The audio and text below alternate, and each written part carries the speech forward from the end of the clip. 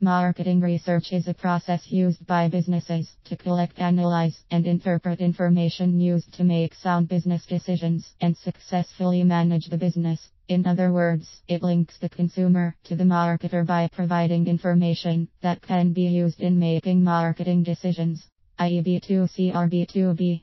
This cannot be implemented without the use of a marketing research system to gather, sort, analyze, evaluate, and distribute needed timely and accurate information to marketing decision makers. Here are the steps to implementing a marketing research process. 1. Ask yourself if there is a real need for marketing research. It's not only the first step to take, but a very critical one as well. Research takes a lot of time due to the overload of secondary information available on the internet. It's ideal to think that it takes months or even a year to completely finalize a marketing research agenda. The other factor you will need to consider is the cost of doing it, especially if you hire an agency to do it for you. What you want to compare is the value of the information versus the cost of the information. If the value of the information is worth the cost and time of doing it, then by all means, go for it, buddy. If you are still unsure, here's a few quick guides to go by to determine that marketing research is not needed. A. The information is already available. B. The timing is wrong to conduct marketing research. C. Funds are not available for marketing research. T. Costs outweigh the value of marketing research. 2. Define the problem. This is the most important step, assuming you've decided to do marketing research. If the problem is incorrectly defined, all else will become wasted effort. Keep in mind that the need to make a decision requires decision alternatives. If there are no alternatives, no decision is necessary. For example, let's say your sales are down by 30%, therefore becoming a problem with your revenues. Your alternatives may be to see how well ads £2 does compare to ads £1 in terms of sales. Use secondary data sources to develop ideas further into the research. Here's a powerful technique to use in order to pinpoint important problems and receive information all in one. Create a focus group. Here's why. It generates fresh ideas. B. Allow clients to observe their participants. C. Understand a wide variety of issues. T. Allow easy access to special respondent groups. 3.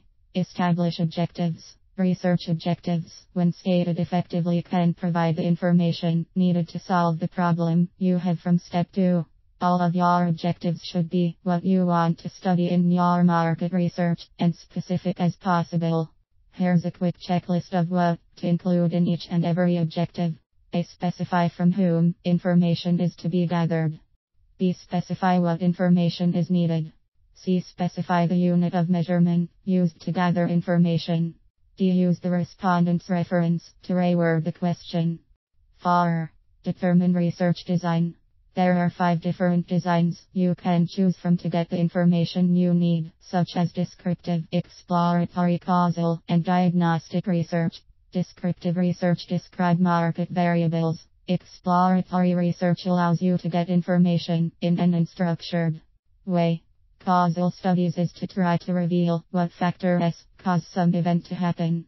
Diagnostic research focuses on the sources of satisfaction and dissatisfaction. 5. Choose method of assessing data. Secondary data is more easy to access than primary data, such as online surveys. However, if you are into the traditional way of doing data collection, i.e. telephone, mail, F2F, they all still have a place in marketing research. The questionnaire that you present to the respondents must be worded clearly and in BS. Here's a few pointers you want to remember when creating the forms for your questionnaire. Use nominal, ordinal interval Likert, interval SD, interval capital, and ratio measurements. B. Questions pertaining to each research objective. Step 3. C. Questions pertaining to attribute, attitude, or behavior. D. Have one open-ended question. I would definitely keep this at a minimum if I were you. 6. Determine sample plan and size. Your sample plan should describe how each sample element is to be drawn from the total population. The sample size tells how many elements of the population should be included in the sample. In other words, the purpose of the sample plan is to give you representativeness, while the sample size gives you accuracy. Here's a small but important task to take to prevent or minimize non-sampling errors from occurring. Validate your participants by recontacting. 7. Analyze and report the data. It's always good to go back and run tests on the information. You have to screen out errors that may occur.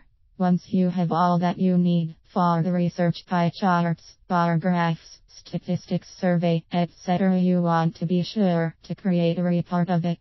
Carefully present the research report in a way that communicates the results clearly yet accurately to the client. Remember, marketing research is all about connecting the dots. The more information you know about your consumers, the more you bridge together with your consumers. The more closer you bridge together with your consumers, the more miles you create for long-term customer relationships. Go for it.